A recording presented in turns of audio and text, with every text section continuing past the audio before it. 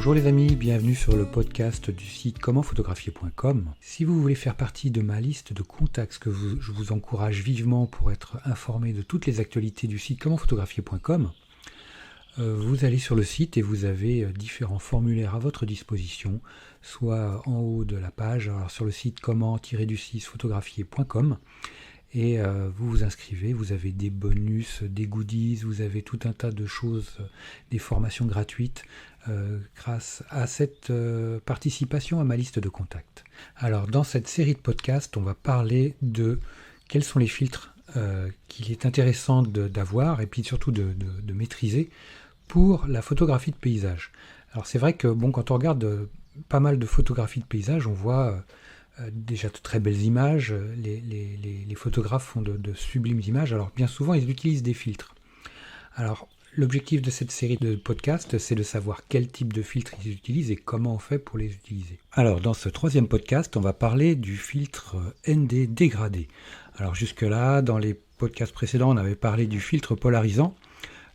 Filtre polarisant pour le ciel, filtre polarisant pour les reflets sur les rochers, à travers l'eau. Donc tout ce que l'on pouvait faire avec un filtre polarisant pour atténuer tous les reflets et avoir un peu plus de couleur et de contraste sur nos photos. Alors aujourd'hui, le filtre ND dégradé.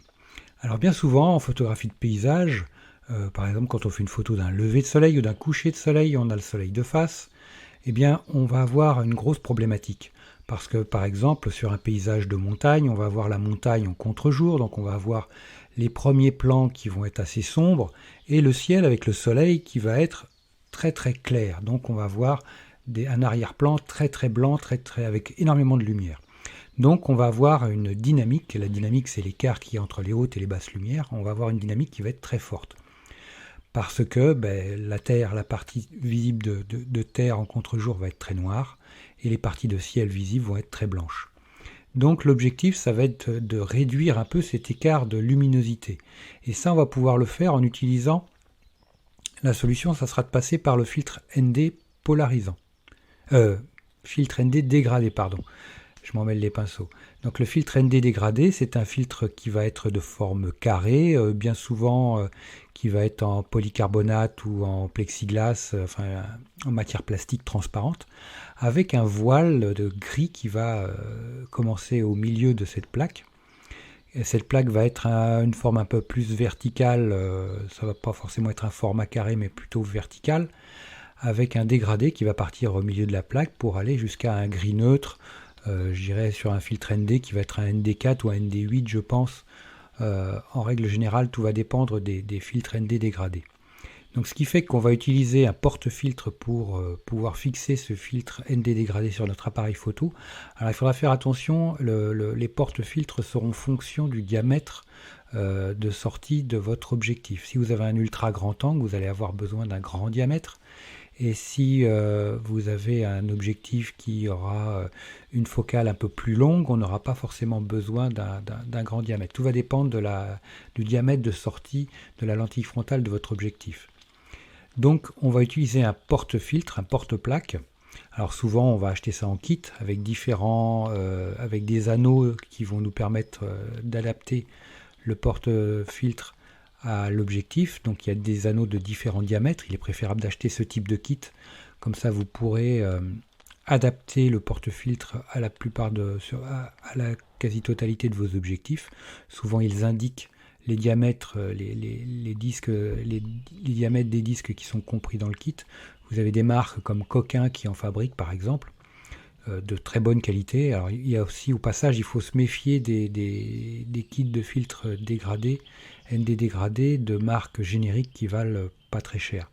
Parce que moi j'en ai fait l'expérience dans une des vidéos du site commentphotographier.com. On a des dominantes bien souvent, le polycarbonate ou le plastique n'est pas de bonne qualité, donc il se raye très vite, et on a des dominantes au niveau du gris dégradé, ça nous met des teintes qui sont bleutées, violettes, qui sont pas top quoi. Donc on va utiliser un filtre ND dégradé pour assombrir le ciel sans pour autant assombrir le sol. Donc ce qui veut dire qu'on va avoir notre luminosité du ciel qui va être atténuée plus on va descendre le filtre ND dégradé, plus on va atténuer la luminosité du ciel, ce qui va que ça va nous permettre de réduire cet écart de dynamique entre les parties claires et les parties foncées. Là, il va falloir bien jauger jusqu'où on va descendre le filtre ND parce que il ne faut pas qu'on le descende trop bas parce qu'après on va assombrir les parties du sol qui sont déjà elles sombres, donc ça ne sera pas intéressant. Donc c'est pour ça que ça pourrait être limité, par exemple si vous avez une grosse montagne ou si vous avez un arbre qui monte très haut, ben, vous allez assombrir cette portion-là. Donc c'est là où aussi on va peut-être avoir les limites du filtre ND dégradé. Mais malgré tout, je dirais à 80-90% des cas, c'est une solution très efficace. Autre inconvénient, quand on utilise des ultra grands angles, on risque d'avoir des risques de vignettage. Par exemple, moi je sais qu'avec mon 16-35 de chez Sony, qui ouvre de 8, avec mon 16-35, je vais avoir le porte-filtre qui va apparaître systématiquement. La rondelle ou le porte-filtre, je vais avoir du vignettage, je vais avoir des parties sombres qui vont apparaître dans les angles de mon image, et souvent de façon très importante. Donc ce qui fait que je vais être obligé de zoomer un petit peu, je ne pourrai pas faire ma photo à 16 mm par exemple. Je vais pouvoir la faire à 16, à 17 ou à 18 mm, il va falloir que je zoome un tout petit peu pour réduire, voire faire disparaître ce vignettage. Donc si vous avez un problème de vignettage avec votre porte-filtre ND dégradé, pas de panique, ça peut arriver, c'est normal. Donc zoomez un tout petit peu, comme ça, bon, vous allez perdre un peu d'image, mais c'est pas grave, ou au moins vous n'aurez pas la problématique de vignettage. Avec l'emploi du filtre ND dégradé, on a l'avantage, c'est quand on utilise un kit, c'est qu'on a par exemple 2 filtres ND fournis dans le kit, un ND4, un ND8, je ne sais pas s'il y a des ND2 ou des choses comme ça, plus légers. Mais ça donne la possibilité de voir si on a un assombrissement qui est trop important, par exemple. C'est plutôt rare, mais souvent c'est un assombrissement qui n'est pas suffisant. Parce que quand on fait du coucher de soleil ou du lever de soleil, on a des soleils qui sont parfois très violents. Et l'assombrissement n'est pas parfois suffisamment important. Donc on a la possibilité de mettre 2 filtres ND dégradés l'un sur l'autre, un ND4, un ND8 par exemple. Et on va pouvoir... ils ne vont pas être collés l'un à l'autre. L'avantage du porte-filtre, c'est qu'on peut mettre plusieurs filtres en même temps sans qu'ils se touchent. Donc on a la possibilité de bouger l'un sans bouger l'autre. L'idéal quand on utilise un filtre ND dégradé, c'est d'avoir l'appareil photo sur trépied. Bien fixé sur un trépied, on va pouvoir mettre des filtres, enlever des filtres, les enfoncer plus ou moins pour qu'on ait plus ou moins d'effet. Donc on aura un confort de travail qui sera beaucoup plus important, parce que si on est à main levée, on pourra le faire à main levée, mais on va bouger en permanence et ça va être compliqué de pouvoir bien jauger, de bien doser l'assombrissement ou l'éclaircissement lié au filtre. Quand on met 2 filtres ND dégradés l'un sur l'autre, on aura l'avantage, c'est qu'on va pouvoir assombrir notre ciel un peu plus. Ça c'est quelque chose qui peut être parfois très intéressant. Un inconvénient au niveau du filtre ND dégradé, c'est que comme ce sont des plaques en polycarbonate, en plastique transparent, on va avoir des problématiques et des phénomènes d'électricité statique. Moi je l'ai expérimenté à plusieurs reprises, dont une sur une des vidéos de formation en photo de paysage. Je ne sais plus laquelle, mais c'est sur la roche de l'éléphant. Regardez sur la page des formations photographier.com et formation photo. Vous allez voir la page des formations photo et vous verrez. Dans cette formation-là, j'ai eu la problématique du filtre ND dégradé avec des problématiques d'électricité statique et j'avais énormément de poussière. J'ai eu le cas également aux États-Unis en faisant des photos de coucher de soleil à Horseshoe Bend. C'est le Colorado qui fait une forme de fer à cheval, qui a creusé le sol avec une forme de fer à cheval. Et là c'est pareil, j'ai eu pas mal de problèmes au niveau de l'électricité statique, ce qui fait que ça me collait énormément de poussière sur mes filtres. Et c'est compliqué parce que plus on frotte sur le filtre pour enlever la poussière, plus on le charge d'électricité statique et plus les poussières reviennent. Donc c'est parfois un peu compliqué. Alors l'idéal, plutôt que d'avoir un chiffon, c'est éventuellement d'utiliser une poire. Alors évidemment, un chiffon antistatique, j'en ai pas. J'ai pas testé avec les chiffons antistatiques, mais c'est un peu problématique parce que souvent les filtres sont stockés dans des petites pochettes en feutrine et ces petites pochettes en feutrine, moi c'est ce que j'ai notamment. Ces pochettes en feutrine, le problème c'est quand on retire le filtre de la pochette, il se charge en électricité statique. Donc essayez de voir quelles sont des solutions pour vous qui pourraient éviter ce genre de phénomène. Parce que ça c'est vraiment quelque chose de problématique et qui est quand même un gros souci, je ne vous le cache pas. Alors, sinon, si vous ne parvenez pas à trouver chaussure à votre pied avec un filtre ND dégradé, il existe d'autres solutions. Il existe le bracketing d'exposition et le mode de fusion HDR par exemple. C'est-à-dire que vous faites plusieurs photos à différentes sur trépied, vous faites différentes expositions, du plus clair au plus foncé, et après vous les assemblez en post-production. Ça, c'est une solution qui est très utile et qui est pas mal utilisée. Moi, je ne cache pas que je l'utilise relativement souvent.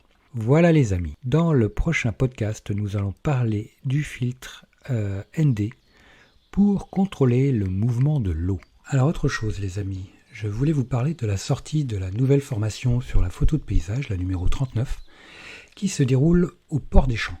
Alors c'est un petit port qui ressemble à un petit village qui est traversé par un bras de mer. Et ce bras de mer ressemble à un peu une rivière, sauf que cette rivière soumise aux marées, vous avez des petites estacades, des bateaux de pêche, des plates d'ostréiculteurs, vous avez un peu tout type de bateaux. Et j'ai photographié, j'ai fait les photos de ce lieu au petit matin. Il gelait à Pierrefendre, donc on a un beau paysage avec une petite brume matinale qui va, qui vient, qui est très indécise, mais quand elle est là, qui donne de très beaux résultats au niveau des photos. Donc l'objectif de cette série de vidéos sur la photographie de paysage, c'est de voir ensemble comment on fait les photos de lever de soleil quand on est face au soleil.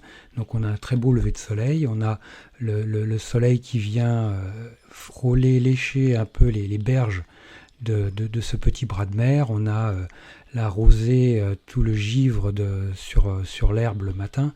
On voit également le givre je suis sur un monticule en coquille d'huître avec des bâtiments de pêcheurs en face de moi qui sont multicolores et cette lumière du soleil qui se lève peu à peu pour annoncer une belle journée avec de très belles conditions météo.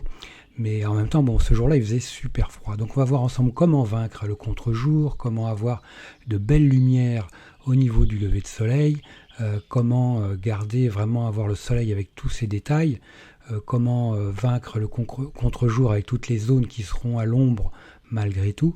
Donc voilà, pas à pas, on voit ça ensemble. Donc de la prise de vue avec le matériel, avec les modes de prise de vue, quelle technique je vais utiliser, ainsi que sur la post-production. Donc la post-production, on va faire pas à pas, on va voir ensemble comment je vais sélectionner mes images, comment je vais les retravailler dans Lightroom, mais ça sera également possible que vous le fassiez cette post-production sur d'autres logiciels sans aucun problème.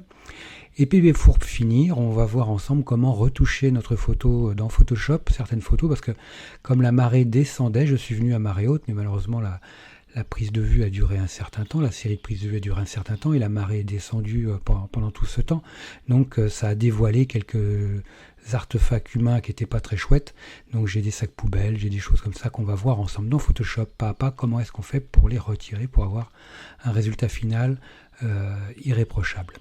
Voilà les amis, écoutez, vous avez une promotion sur cette nouvelle formation qui est à une réduction de 60% avec le code 39, 3 et 9 en chiffres arabes. Si vous voulez savoir où retrouver cette formation pour y participer, pour la regarder, télécharger les vidéos, parce que vous avez également les meilleurs fichiers RAW et PSD à télécharger avec cette formation. Vous avez les coordonnées GPS du lieu, si un jour vous voulez y aller, si vous n'êtes pas du coin pendant vos vacances. Vous avez donc cette réduction pendant la semaine de lancement de cette nouvelle formation et ce code de promotion de 60% est valable jusqu'à dimanche prochain. Voilà, je vous souhaite d'excellentes photos et je vous dis à très vite sur commentphotographier.com. Ciao les amis.